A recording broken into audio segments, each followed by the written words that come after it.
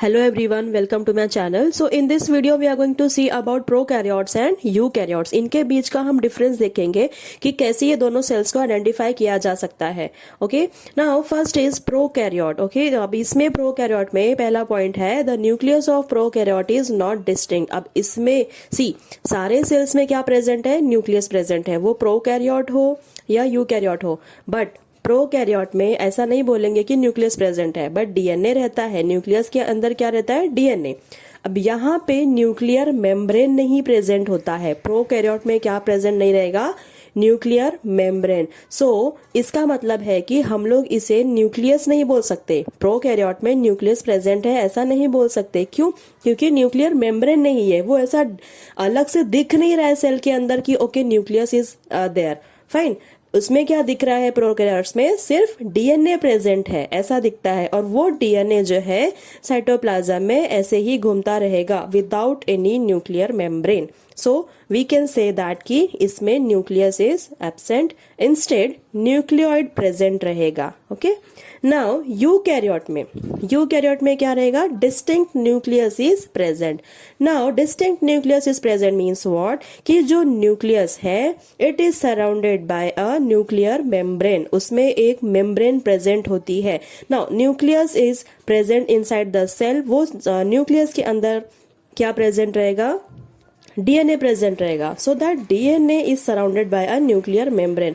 सो eukaryotes में एक proper nucleus देखा जा सकता है जो कि प्रोकैरियोट्स में नहीं देखा जा सकता. ओके, बिकॉज मेम्ब्रेन ही एब्सेंट है. Now the size of prokaryotic cell. अब इसका साइज क्या रहता है? 1 से 2 म्यूएम in size.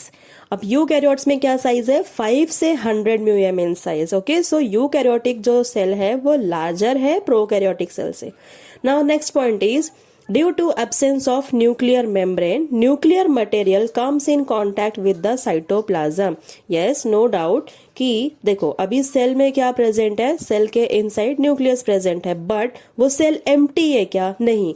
In that cell what is present? A fluid is present. Fluid like substance present रहता है जिसे हम बोलते हैं cytoplasm. What it is said to be as? Cytoplasm. Cell के अंदर कोई फ्लूइड प्रेजेंट है उसे हम क्या बोलेंगे? साइटोप्लाज्म. अब ये साइटोप्लाज्म में डीएनए एज इट इज क्या हो रहा है? वो यहाँ वहां घूम रहा है, फ्लो हो रहा है यहाँ वहां. So it is said to be as कि अच्छा ये क्यों हो रहा है लेकिन? Because nuclear membrane is absent. So that is why, that's the reason कि जो डीएनए है it comes in contact with the cytoplasm. Because कोई उसमें लेयर ही नहीं है ना, डीएनए के बाहर कोई न्यूक्लियर मेम्ब्रेन है ही नहीं. सो बिकॉज ऑफ दैट वो डीएनए साइटोप्लाज्म के कॉन्टेक्ट में आ जाता है. Now in case of eukaryotic cell, so cell membrane is present. अब यहाँ पे क्या प्रेजेंट है? सेल मेम्ब्रेन प्रेजेंट है और यहाँ पे न्यूक्लियर मेम्ब्रेन भी प्रेजेंट है. सो न्यूक्लियोप्लाज्म. अब यहाँ पे दो टर्म्स यूज हुए, nucleoplasm and cytoplasm. Now what is this? Nucleoplasm मतलब कि न्यूक्लियस के अंदर जो फ्लूइड है उसे हम बोलेंगे न्यूक्लियोप्लाज्म. अब सेल के अंदर जो फ्लूइड है उसे क्या बोलेंगे? साइटोप्लाज्म. नो डाउट कि वो न्यूक्लियस सेल के अंदर ही प्रेजेंट होता है, बट वो न्यूक्लियस क्या है? It is surrounded by a membrane. Now it never comes in contact with each other. क्यों? न्यूक्लियोप्लाज्म और साइटोप्लाज्म दोनों एक दूसरे से कॉन्टैक्ट में क्यों नहीं आते? बिकॉज यहाँ पे न्यूक्लियस जो है it is surrounded by a membrane. Okay, nuclear membrane present होता है. Now next is cell organelles are without membrane. अब प्रोकैरियोट में क्या है कि सेल ऑर्गेनल्स जो है it is without membrane. All the cell organelles that is present inside the cell of prokaryotic prokaryotes, so they are without membrane. और eukaryote में क्या present है? सारे organelles क्या है? They are bound with the membrane. All these cell organelles are bound with membrane in eukaryotes. Next point, distinct nucleoid is present where DNA is seen. अब यहाँ पे prokaryote में क्या present है? Distinct nucleoid. Why it is said to be as a nucleoid? Because वो जो nucleoid है उसमें क्या प्रेजेंट रहता है? Genetic material. जेनेटिक मटेरियल मतलब डीएनए प्रेजेंट रहता है. Okay, so that is why it is said to be as a distinct nucleoid is present.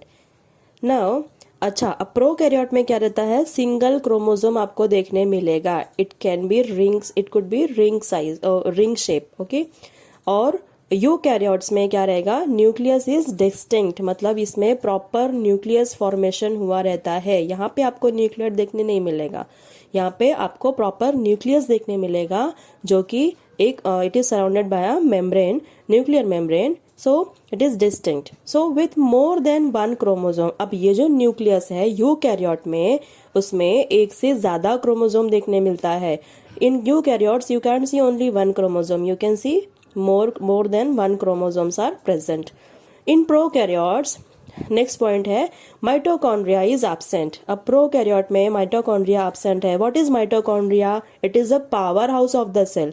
अब प्रोकैरियोट्स में अगर माइटोकॉन्ड्रिया एब्सेंट है तो माइटोकॉन्ड्रिया को हम लोग बोलते हैं power house of the cell. तो इनको कहाँ से वो एनर्जी मिलने वाली है, कहाँ से प्रॉपर एनर्जी मिलेगी जिससे मूव हो सके? Because they do aerobic respiration. यहाँ पे क्या होता है? Aerobic respiration. Without oxygen they can't survive. यहाँ पे ऑक्सीजन लगता ही है इनको। Now next is eukaryotes. Eukaryotes में क्या रहेगा? Mitochondria is present. यहाँ पे power house of the cell is present. Now next is in prokaryotes chlorophyll is present in vesicles and not in plastids. तो क्लोरोफिल कहाँ प्रेजेंट रहेगा?